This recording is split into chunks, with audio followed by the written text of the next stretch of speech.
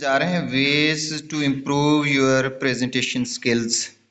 अपनी प्रेजेंटेशन जो स्किल है उसको स्किल्स को और बेहतर करने के जो तरीक़ेकार कौन कौन से हैं वो हम लोग आज पढ़ने जा रहे हैं। उसकी जो पहला पेज है शाबाश उसको शेयर कर दें सामने ताकि वो पेज नज़र आए। पहला पेज निकाल लें अगर किसी के पास। कौन शेयर करेगा?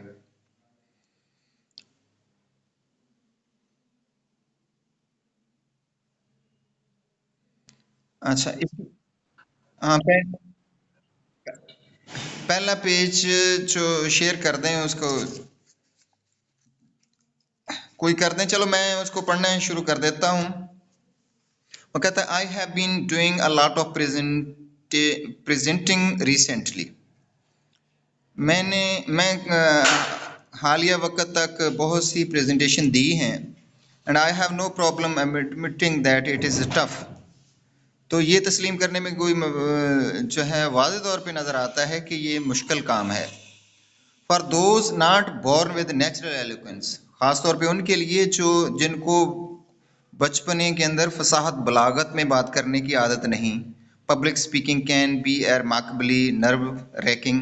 अवाम के अंदर जो बात करना ये वाकई असाब शिकन चीज़ होती है। But I am getting a lot better, लेकिन मैंने बहुत कुछ सीखा है।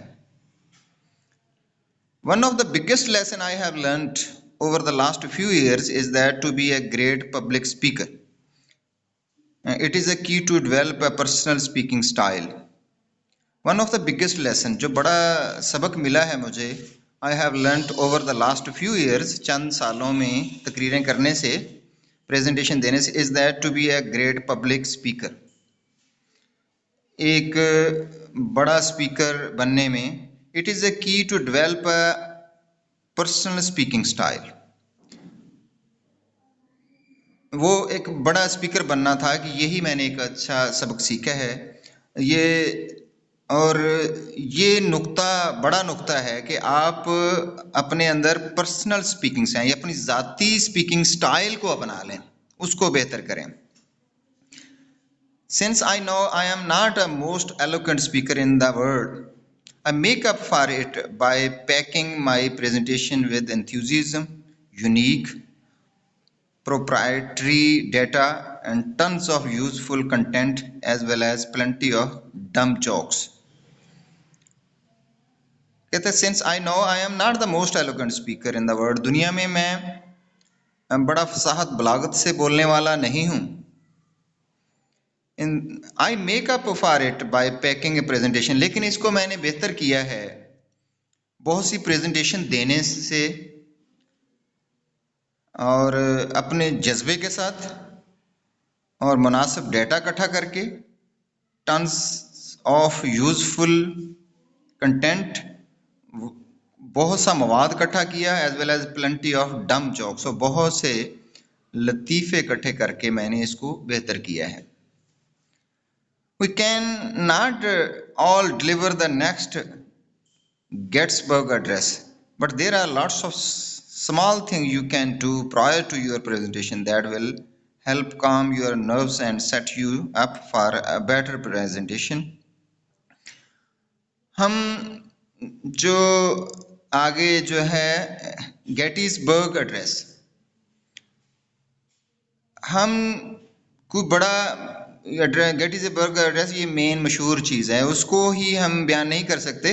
But there are lots of small things, बल्कि बहुत सी छोटी छोटी चीज़ें होती हैं कैन टू प्रायर टू, जिसको हम कर सकते हैं पहले ही टू योर प्रेजेंटेशन, अपनी प्रेजेंटेशन देने के लिए। दैट विल हेल्प काम योर नर्व्स, ये चीज़ें बड़ी फ़ायदेमंद साबित होंगी, आपके आसाब को ठंडा करेंगी and set you up for better presentation, आपको कायल करेंगी कि आप अच्छी प्रेजेंटेशन दे सकें। Here are 20 best tips to improve your presentation skills. वो कहता है कि मैं आपको देने लगा हूँ 20 बेहतरीन टिप्स हैं जिससे आप अपनी प्रेजेंटेशन बेहतर कर सकते हैं।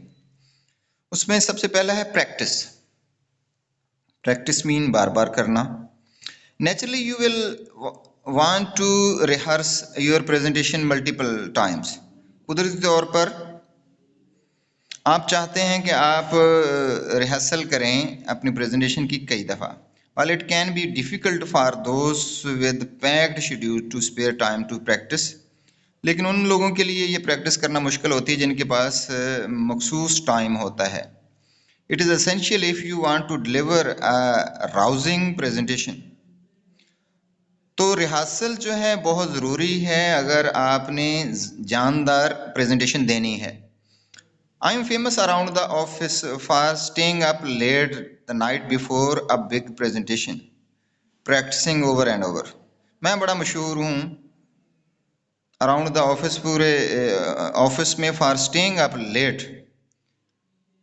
लेट द नाइट, कि मैं ठहरा रहता हूँ रात, लेट नाइट ऑफिस में, बिफोर अ बिग प्रेजेंटेशन, क्योंकि मैंने अच्छी प्रेजेंटेशन देनी होती है। प्रैक्टिस ओवर एंड ओवर, यहाँ मैं ठहरा रहता हूँ ताकि मैं बार बार प्रैक्टिस कर लूँ। If you really want to sound great, अगर आप जानदार आवाज़ में प्रेजेंटेशन देना चाहते हैं, write out your speak rather than taking the chances winging up, तो अपनी तकरीर लिख लें, ना कि आप इसको ऐसे फैलाते फिरें। If you get nervous about speaking, a script is your best friend. अगर आपने बोलने के लिए अपने असाब पर काबू पाना है, तो फिर ये जो लिखी हुई तहरीर है ये आपके लिए बेहतरीन दोस्त साबित होगी। Try to practice where you will be delivering your talk. आप वहाँ की प्रैक्टिस करें जहाँ आपने बात करनी है,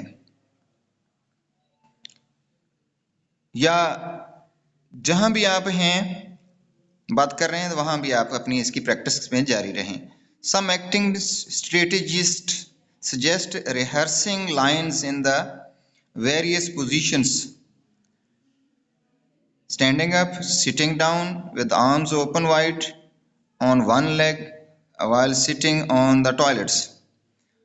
कुछ बड़े तरीका बताने वाले प्रेजेंटेशन का वो कहते हैं कि rehearsing lines in various positions, आप प्रैक्टिस करें मुख्तलिफ जगहों पर जाकर।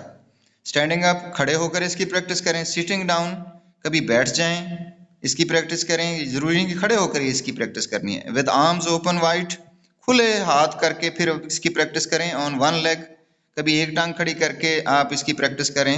और सिटिंग ऑन द टॉयलेट्स, चाहे टॉयलेट्स में बैठे हैं। दैट लास्ट वन में बी ऑप्शनल, आखिरी को आप ऑप्शनल के तौर पे ले सकते हैं। The more you mix up your position and setting, the more comfortable you will feel with your speech. जितना आप मिक्सअप करेंगे अपनी जगह को, सेटिंग को, सेटिंग कहते हैं टाइम और प्लेस को, the more comfortable you will feel with your speech, आप अपनी तकरीर में उतने ही कंफर्टेबल होते जाएंगे। Do a practice run for a friend or colleague, or try recording your presentation and playing it back to evaluate which areas need work. Do a practice run for a दोस्त के लिए के साथ practice करें, colleague, और try recording your presentation, और या फिर आप अपनी प्रेजेंटेशन की रिकॉर्डिंग कर लें, दोस्त के सामने करें या अपनी प्रेजेंटेशन की रिकॉर्डिंग कर लें। And playing it back to evaluate, फिर इसको दोबारा चला के देखें ताकि जज कर सकें विच एरियाज नीड वर्क, कहाँ कहाँ काम करने की ज़रूरत है। Listening to recordings of your past, पहले जो आपने रिकॉर्डिंग की है उसको सुनना। कैन क्लू यू, ये आपको एक नुक्ता देगा। Into bad habits you may be unaware of it, बताएगा उन बुरी आदतों का जिसका आपको पता ही नहीं चला कि मैंने क्या गलती की है। As well as inspiring the age old question, बल्कि आपको उकसाएगा कि आप अपने आगे के क्वेश्चन कौन से आपके दिमाग में उभरते हैं। Is that what I really sound like, क्या यही है कि जिसके लिए मैं कहता था कि जो अहम चीज़ है। तो प्रैक्टिस की बात बच्चे यहाँ हुई है। प्रेजेंटेशन देने के लिए तो वो उसने आपको मुख्तलिफ पोजीशंस में भी खड़ा करके कहा है कि प्रैक्टिस आप ऐसे ऐसे करें, ऐसे टांग की पोजीशन में जाकर दोस्तों के सामने प्रैक्टिस, ये वो सारी। हाँ, प्रैक्टिस वाला अमल क्लियर हो गया? हेलो। अच्छा, आज आगे है transform nerves energy into enthusiasm. अपनी परेशानी को जज्बे में तब्दील कर लें। It may sound strange, but I will often down an energy drink and blast hip hop music in my earphones before presenting। कहता है, मैं ये अजीब बात होगी आपके लिए, लेकिन मेरी तो अक्सर आदत है कि मैं तो एनर्जी ड्रिंक पीता हूँ, blast hip hop music. Hip hop कहते हैं ये जो काले काले गाने गाते हैं, इनके अंदर बड़ा जज्बा सा होता है इन म्यूजिक का। इन माई ईयरफोन्स बिफोर प्रेजेंटेशन से पहले मैं इनको इसका म्यूजिक सुनता हूँ, इनका हिप हॉप म्यूजिक सुनता हूँ। इससे में मुझे वो जज्बा सा आ जाता है। While it pumps me up and helps me turn jitters into focused enthusiasm. क्योंकि इट पंप्स मी अप, ये चीज़ें फिर मुझे बड़ा उकसाती हैं। And helps me turn jitters, मेरी जो जनाहट या बेचैनी है, परेशानी है, इनटू फोकस्ड एंथुसियाज्म, एक मुनज़्ज़म जज्बे में बदल देती है। Studies have shown that an enthusiastic speech can win out over an eloquent one, and since I am not exactly the Winston Churchill of presenters, I make sure that I am as enthusiastic and energetic as possible before going on stage। कहता है कि studies have shown, पढ़ने से पता चलता है, that an enthusiastic speech can win out over an eloquent one। अगर जज्बे वाली तकरीर हो, वो फसाहत बलागत वाली तकरीर से बेहतर होती है। And since I am not exactly the Winston Churchill's presenters,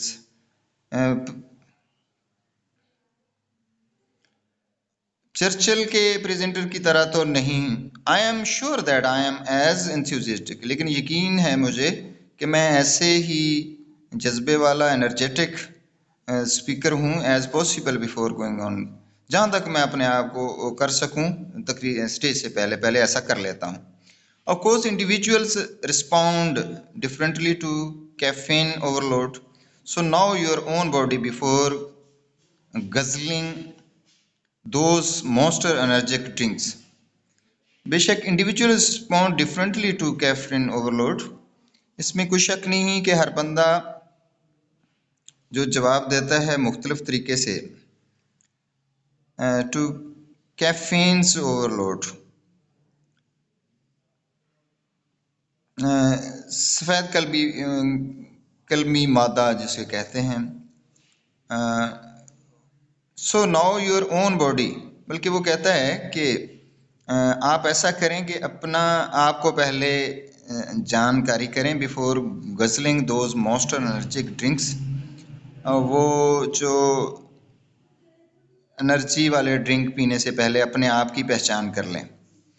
तो ये थोड़ा सा उसने बताया है कि नर्व्स, जो असाबी नर्व्स यानी परेशान कौन आपके जो असाब हैं, इसको जज्बे में ज़रूर बदल लिया करें। तो उसके बाद है अटेंड अदर प्रेजेंटेशंस, जितनी प्रेजेंटेशन बाकी हो रही होती हैं इनको भी सुने। वो कहता है, if you are giving a talk as a part of the conference, try to attend some of the earlier talks by other presenters to scope out their presentation skills and get some context। If you are giving a talk, अगर आप presentation दे रहे हैं as a part of the conference, किसी conference में, try to attend some of the earlier talks, तो फिर पहले जो गुफ्तगू हुई है उसको सुने। बाय अदर प्रेजेंटेटर्स, जो पहले लोगों ने दी हैं presentation, to scope out some presentation skills, कि आप कुछ प्रेजेंटेशन की स्किल्स से कुछ और ढूंढ लें, दायराकार से बढ़ जाएं। एंड गेट सम कंटेक्स्ट, तो आपको कोई और ख्याल निकल आए। This shows respect for your fellow presenters while also giving you a chance to feel out the audience। This shows respect for the, इससे फिर आपकी इज्जत बढ़ेगी योर फेलो प्रेजेंटर्स में, while also giving you a chance to feel out the audience। इससे आपको आवाम की जानकारी की भी मदद मिलेगी, जानकारी में भी मदद मिलेगी। What is the mood of the crowd? ये पता चलेगा कि हजूम की क्या राय है। Are folks in the mood to laugh? क्या लोग हंस रहे हैं? Are they a bit more stiff या सख्त हो गए हैं? Are the presentations more strategic or tactical in nature? आया कि जो तकरीरें हो रही हैं कि उसमें जान है या कोई तदबीर है। Another speaker may also say something that you can play off later in your own presentation। Other speaker दूसरे तकरीर करने वालों को अगर सुनेंगे तो may also say something, वो शायद ऐसी चीज कहे that you can play off later, जिससे आप उसको खत्म कर सकें। वो ना करें आप in your own presentation, अपनी प्रेजेंटेशन के अंदर। अच्छा, ये था कि उसने कहा था कि दूसरे प्रेजेंटेशन देने वालों को सुनना, तो इससे बहुत सारी खामियों का पता चल जाता है। That is so much important for you. तो दूसरों की तकरीरों को सुनना भी आपके लिए बेहतर होता है। अराइव अर्ली, जल्दी पहुंच जाना उस जगह पे जहां आपने प्रेजेंटेशन देनी है।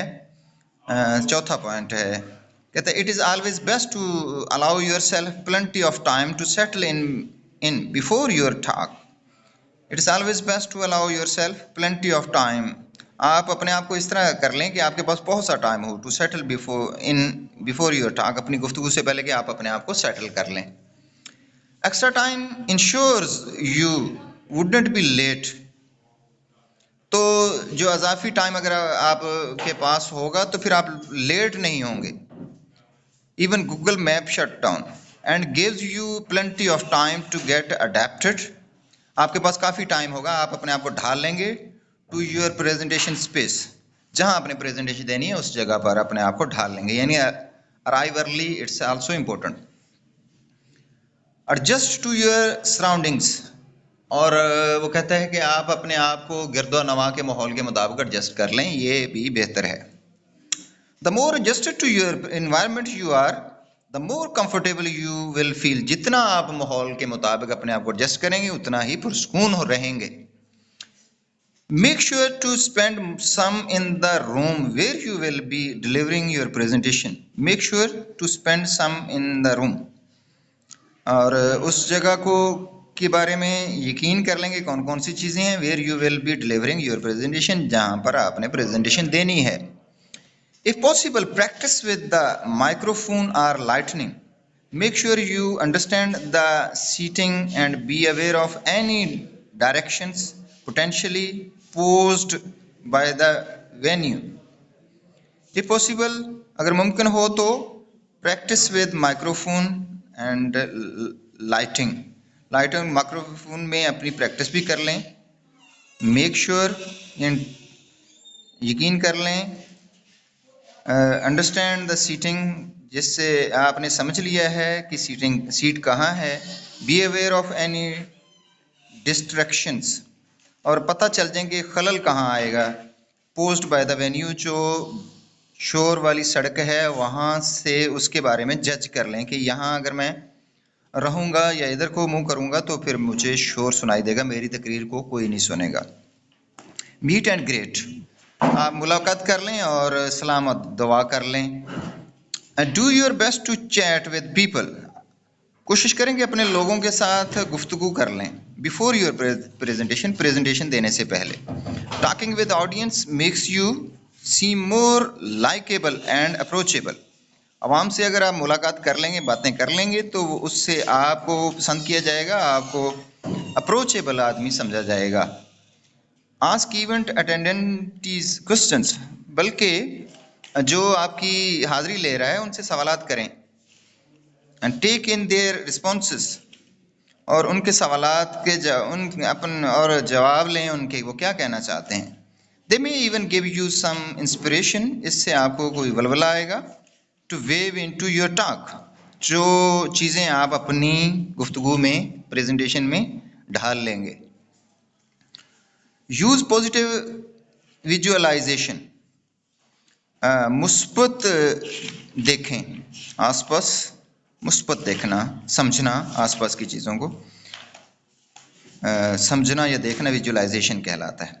Whether or not you are a zen master, zen कहते हैं बुद्ध मत, वैसे चाहे आप ज़ेन मास्टर हों या ना, now that plenty of studies have proven the effectiveness of positive visualization। लेकिन ये जानकारी कर लें कि जितना ज़्यादा पढ़ेंगे वो आपके मुसरपन में, पॉजिटिव विजुअलाइजेशन के मुसरपन को बढ़ाएगा ज़्यादा पढ़ना।